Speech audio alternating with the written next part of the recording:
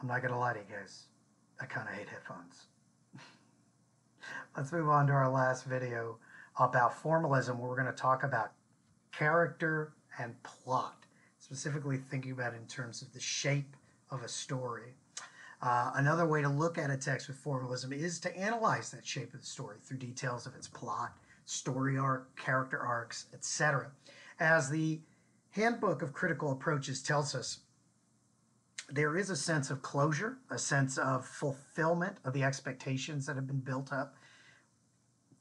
What did the author do by so arranging those words, those images and symbols, those details of plot and action? How did the author achieve this accomplishment? We can say that what the author did was to make us see that internal relationships gradually reveal a form, a principle by which all subordinate patterns can be accommodated and accounted for. When all the words, phrases, metaphors, images, and symbols are examined in terms of each other and of the whole, any literary text worth our efforts will display its own internal logic. When that logic has been established, the reader is very close to identifying the overall form of the work.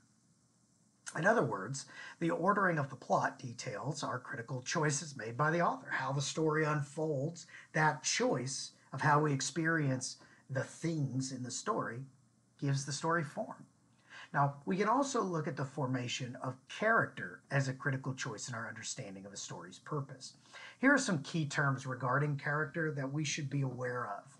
First of all, think about flat characters. Flat characters have only one distinct characteristic, trait, or features. They are typically used as metaphor or simple stand-ins. But round characters, on the other hand, present us with more facets, with more depth, with more generous detail. We know about them. We know their likes, their dislikes, their histories. We can better anticipate how they're going to behave because we know them so well. Now, in terms of character, there are indeed stock characters that tend to feel more flat than characters that defy convention. These characters are prepackaged and are types rather than individuals, as if they were taken from a warehouse filled with stock. For instance, when thinking of superheroes, a character that is a strong-jawed man who has the ability to fly, see through walls, is super strong, wears a cape, they might be considered a stock character because we've seen a character like that so many times before. But in 1938, Superman defied conventions by creating this character. It's important to note whether a character is stock or not may rely on a shifting context. But stock characters rely on archetypes, or the first character or basic models on which copies are made, which could then fold into our archetypical lens, thinking about it from that way. So stock characters, flat characters, they are not bad characters. We can also think about characterization in terms of change. Static characters stay largely the same during the course of a story, and dynamic characters change, for better or worse. They become enlightened, they learn, or sometimes deteriorate over the course of a story. Now again, it's important to note that flat characters or static characters are not badly written characters per se. They're just fulfilling different purposes. Flat characters can represent symbolically larger ideas, and static characters can be used to show steadfastness in order to support the writer's value systems. For instance, the Joker is considered one of the greatest comic book villains of all time. And we're never told anything about his past, his personality, his life outside of his chaos, and he never changes. He instead represents a type of force of nature that the ideology of Batman is challenged with. I wrote these notes before the Joker came out. I actually thought it would diminish his character if the Joker were more rounded or dynamic. I personally feel that the new Joker film makes him less interesting. But in every other depiction, save the most recent Joaquin Phoenix film, this has been the way the Joker has been depicted. Heath Ledger's Joker was a force of nature. He was not a dynamic character. He was not a rounded character. But he was still a good enough character that people look to that as a great example of characterization. But let's think about the characters that do change. We think about the character arc, the path along which the main character or any other character grows as a person. It's important to note that growth doesn't necessarily mean change, but let's think about it in terms of what's called the crisis point. Now, according to Jim Hull, who is a script consultant and instructor of story development at the California Institute of Arts, he said in a blog post that when the main character reaches the crisis point or climax of a story, they're faced with a very important question. Are they on the right path or the wrong path? Some stories are about characters who realize they have been doing things wrong the whole time. These characters change and adopt a new way of seeing the world. But other stories are about characters who realize that the way they've been doing things is, in fact, the right way to approach their problems. And these characters remain steadfast. But in both cases, this realization that they arrive at is an extension of, or better yet, a result of their growth.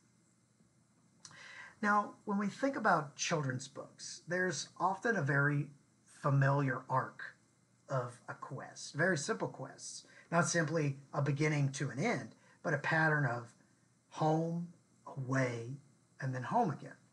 A child is at home, they run away, they get lost, they get separated from their parents, they go on an adventure, even if it's to the next yard. But then they come back home again.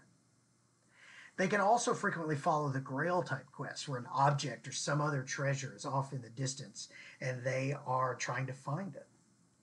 They also follow the orphan's journey to find their place in a world after they've lost their guidance, whether it be in the form of a parent or a role model. But shapes become familiar, and there are really only a few basic story shapes. If one were to ask theoretician Joseph Campbell, there's only one basic story, that of the hero's journey. Now I have here on the Canvas page a couple of video clips for more about the story of shapes, and I really want you to take a look at those videos. One is a humorous lecture that Kurt Vonnegut Jr. gave to a group of students on the shapes of stories, and another video all about the hero's journey as outlined by Joseph Campbell in his book, The Hero with 1,000 Faces. Check out those videos after you watch this one. But looking at story shapes not only falls under formalism, but also under the mythical and archetypical lens as well. How does the hero's journey apply to Brian? What kind of story arc does he experience? What is his crisis point? How does he change? How does he stay the same? But anyway, let's leave this with a few final thoughts. Formalism allows us to examine what would normally be simple observations about the surface level features of a story and see them for what they are, significant choices made that significantly impact the themes, symbolism, and other types of meanings you find in the story. Brian's story of loss, loneliness, and to isolation wouldn't be nearly as impactful if written with a different point of view, style, diction, emphasis, or structure, or at the very least would have a very different impact. And so it is a formalist's job to push forward beyond the observations and make claims about what these elements are doing for the story's impact. You can use any of these strategies to apply to anything that we've read this semester and will read this semester. Be sure to use these tools in your toolbox when you're writing your final essay or writing your discussion board posts. Until then, if there are any questions or concerns, just reach out and ask me or stop by one of the live streams. And in the meantime, I'll see you next week.